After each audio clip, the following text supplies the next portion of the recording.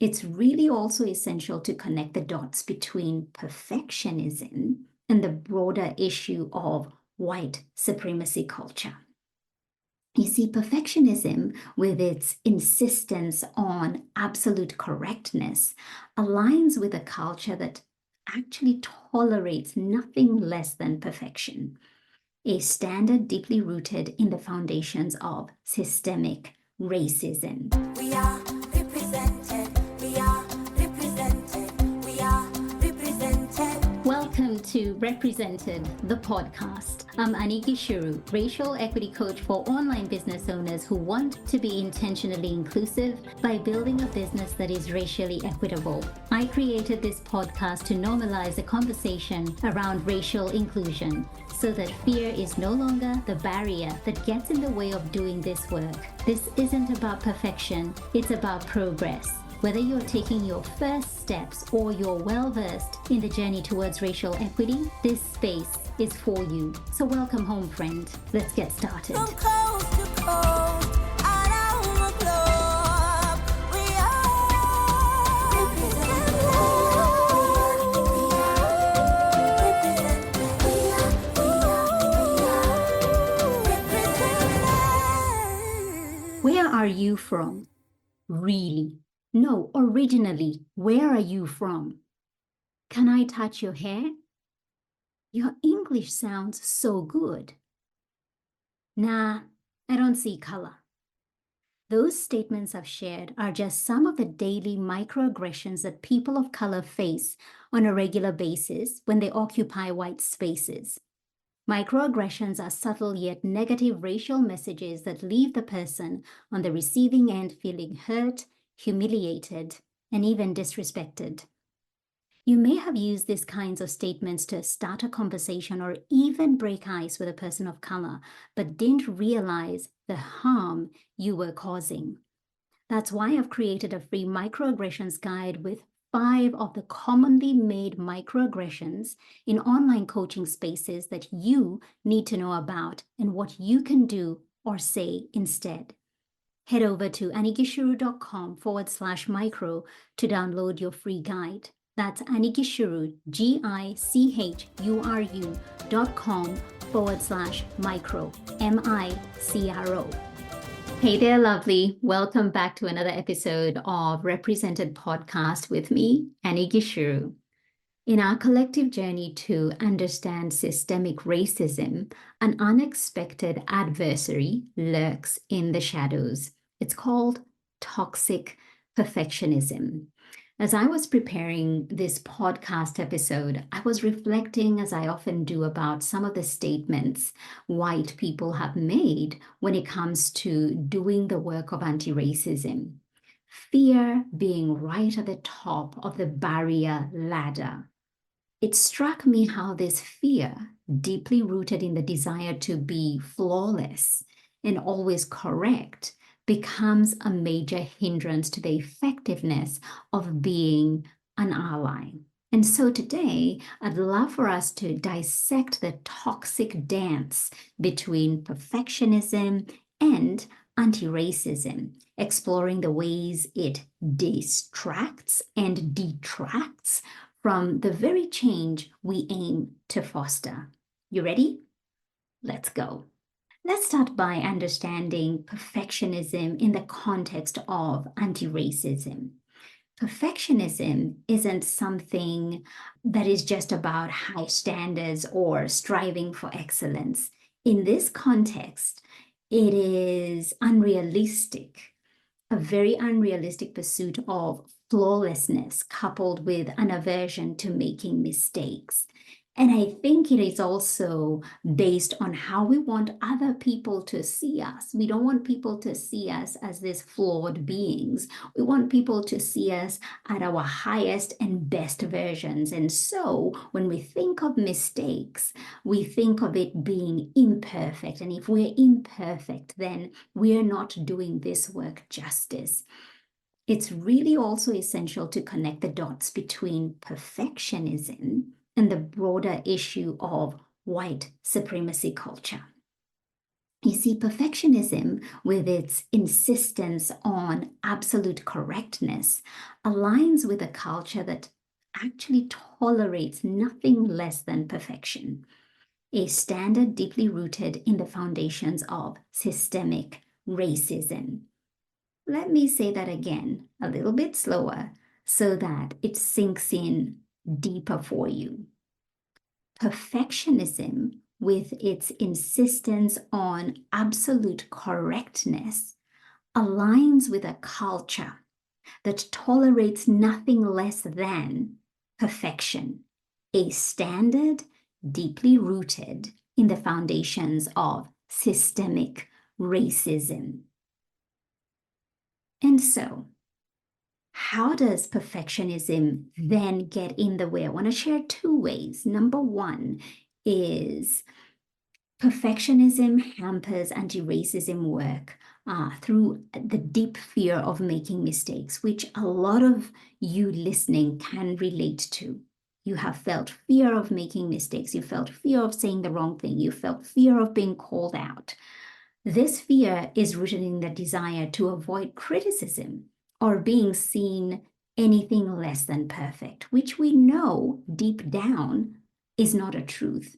But in reality, it is a stumbling block that is preventing progress. So, how is it then that when we know that this is preventing progress or what we would like to see and become in terms of those active allies who are doing the work regardless of fear, why is it that we know this but still don't make that progress, still don't take the leap that we need to take? And maybe that's an episode for another day, but I just want this to be front and center in your mind, that perfectionism gets in the way of anti-racism work through the fear of mistakes.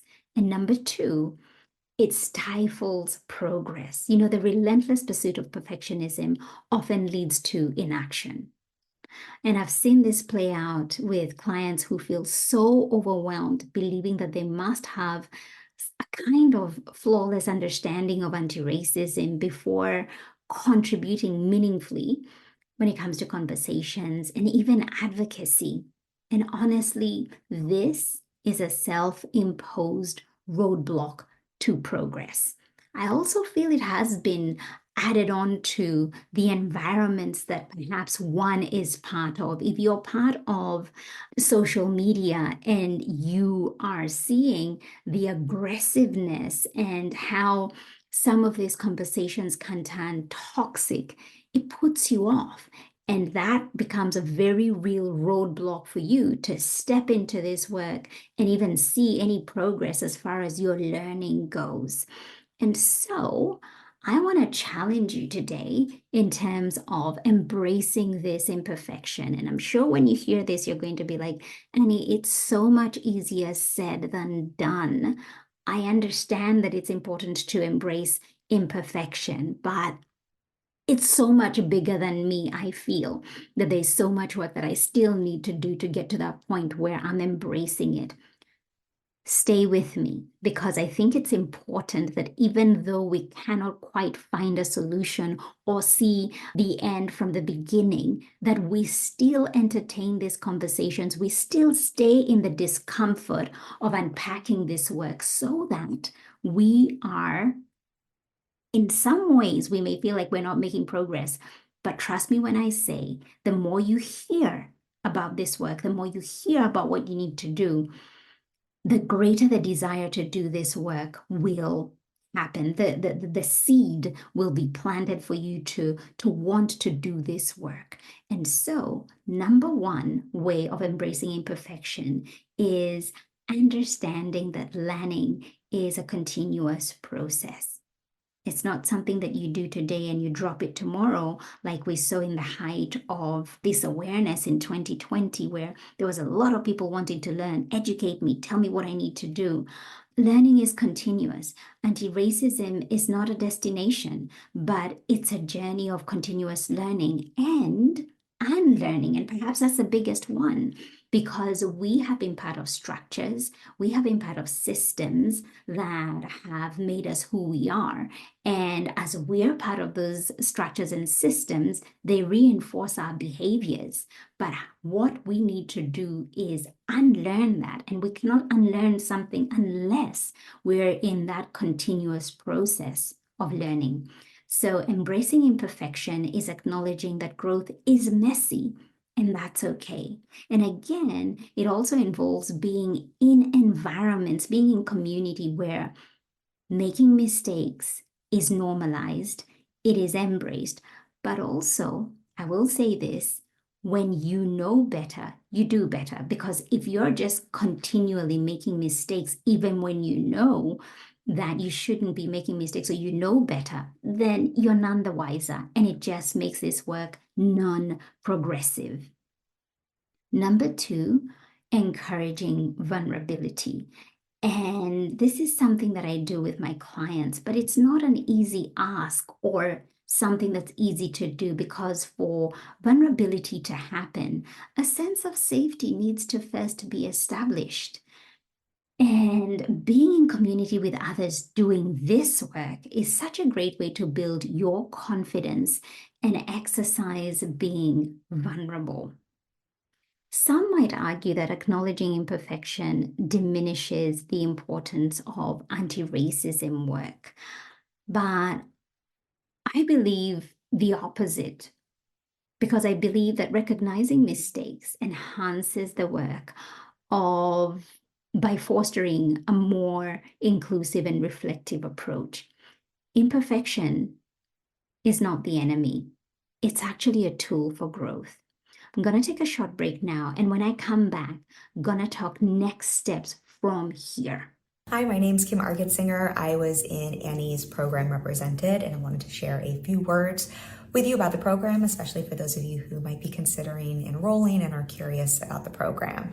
I really believe that DEI work and educating ourselves around racism is so important, and it's lifelong work, and it's a lifelong commitment I've made. So one of the reasons I enrolled in Represented was that commitment I have to myself and to my business and to my community, because I want to do better and I want to continue to do better. And I know as the more I learn, the more I see how much I have to learn and how much work I have to do.